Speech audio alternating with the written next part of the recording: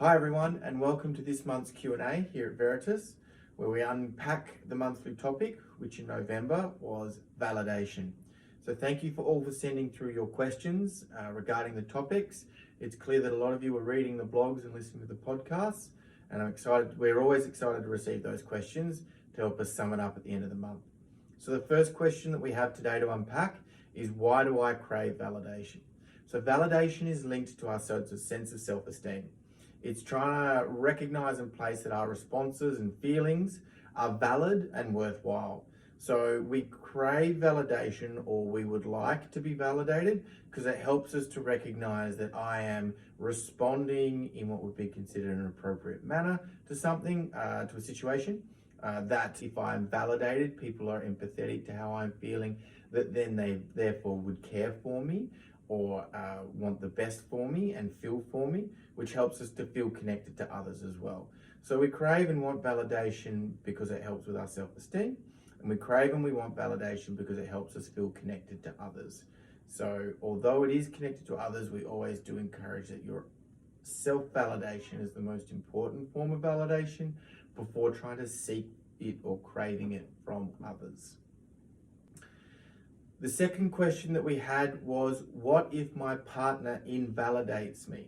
So there's a couple of different avenues to take in this situation, and it really depends on the style of invalidation, the frequency of invalidation, and the nature of the invalidation. So at one extreme, continual invalidation from a partner could be a form of emotional abuse, in which case it is a relationship that you probably need to be considering your reason for staying in it, if it is serving you a positive outcome and positive purpose in your life, or if there is something you can do with your partner to overcome that sort of behavior.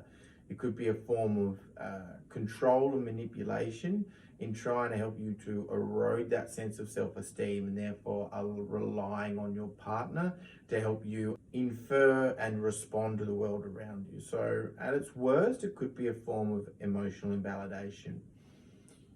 In probably the middle sector, if it's an infrequent occurrence for yourself, if it is something that happens, as I said, on an infrequent occurrence, it could be representative of what's happening in your partner's life at that time. Maybe they're stressed, maybe they're not in a great place, maybe they're feeling invalidated, and they're sort of incorrectly and inappropriately bringing that out against you as well. And in those cases, is probably a little bit of sort of maybe wanting to forgive them, recognize and highlight probably what their behavior or response has done for yourself as well, so that they can counteract that and they can correct their response to you there as well.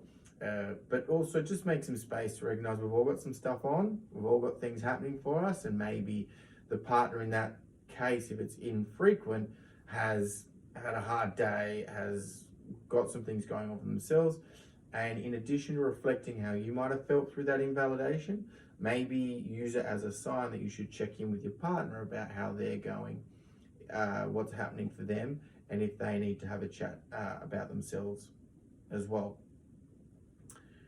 Finally, how can I practice self-validation? So tactics that we can do to help self-validate.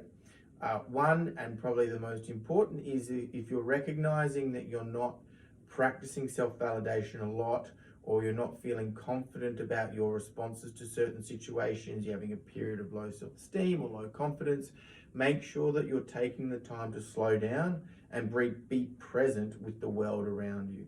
Reflect on your emotions, observe your emotions and your responses to certain situations. Why am I feeling like this? How am I feeling in this moment? What usually leads to me to feel like this, and what usually happens as a reaction of me feeling like this?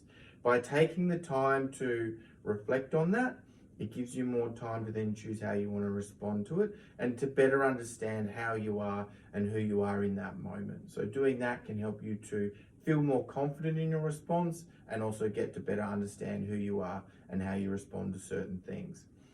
Another thing as well, or another tactic, would be to make sure that you are accepting of and aware of what your strengths are, and what your work areas are as a person and from an emotional intelligence point of view.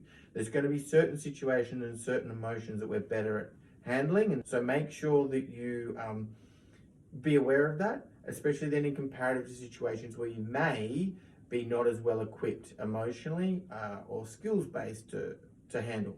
So making sure that you're slowing down those situations that you're not as well equipped to handle, maybe getting some advice, maybe rolling in that understanding that you're probably not the best place to respond to this is a good way then to keep yourself inside your boundaries and playing to your strengths, not expecting too much of yourself from your work areas. Another way of practicing self-validation is making sure that you're practicing good optimism as well. So make sure you're practicing your gratefulness each day, make sure you're practicing some self-affirmations, and make sure that you're reflecting on the things you are doing well at the end of each day, not the things that didn't go so well for you at the end of that day as well. So thank you very much for listening to our responses to your questions. We've got December coming up. December, quite obviously, is all around Christmas, and the topic that we're discussing is called Unwrapping Christmas. So we're going to look at some of the common mental health issues that arise for people during this the festive period. For some people, it's a terrific time of year. For others, it's more challenging. And we're going to look at how we can support ourselves, support others, to make sure that this time is either a fantastic time or if it's not a fantastic time for yourself, one that you can at least practice some good self-care through, manage yourself through, and then get ready for the new year, which will be full of new opportunities. So thank you again for listening, and we look forward to talking to you next month.